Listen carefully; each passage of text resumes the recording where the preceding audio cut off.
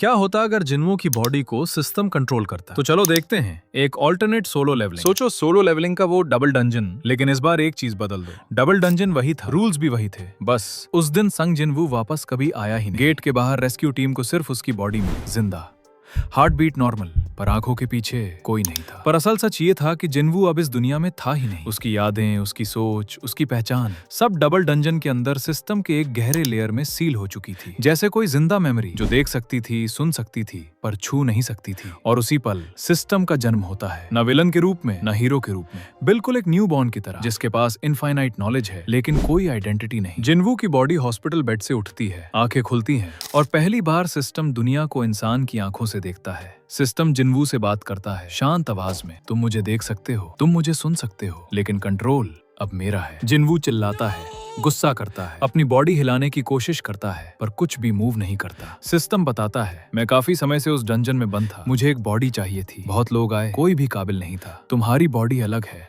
तुम्हारी body perfect है। और वहीं से सोलो लेवलिंग की कहानी चेंज हो जाती है। सिस्टम डेली क्वेस्ट्स चालू करता है, डंजन जाता है, लेवल अप करता है। लोगों को लगता है जिन्वू जिंदा बच गया इसलिए लकी है। हर डंजन एक टेस्ट होता है, हर फाइट एक कैलिब्रेशन, बॉडी को और स्ट्रॉन्ग बनाने के लिए, क्योंकि सिस्टम को जिन्वू की बॉडी पसंद आ चुकी होती है। इस बॉडी में स्पीड है, इस बॉडी में परफेक्शन है, इस बॉडी में वो किंग बन सकता है। शैडो आर्मी अवेकन होती है, मॉन्स्टर्स उठते हैं, फिर हंटर्स भी, और वो अपनी एक परफेक्ट आर्मी बनाने लगता है, जो सिर्फ खतरनाक शैडो ही नहीं बल्कि एक परफेक्ट गुलाम। पूरी स्टोरी सेम उसी तरह चलती है। दुनिया के लिए जिन्वू हीरो है, थ्रेट्स खत्म करता हुआ, सिटीज बचाता हुआ, और फिर वो एस रैंक हंटर्स के साथ बेरू को भी अपनी आर्मी में शामिल कर लेता है। पर अंदर जिन्वू सब देख रहा होता है। सिस्टम उसकी मेमोरीज का यूज करता है, कैसे बात करनी है, कब रुकना है, कब ह्यूमन लगना है, और हर बार सिस्टम जिन्वू से कहता है, तुम ये कभी नहीं कर पाते, मैं कर रहा हूँ। सिस्टम का सपना सिंपल होता है, इस दुनिया पर राज करना, सब लोगों को गुलाम बनाना, लेकिन धीरे धीरे परफेक्ट प्लान और परफेक्ट शैडो आर्मी के साथ,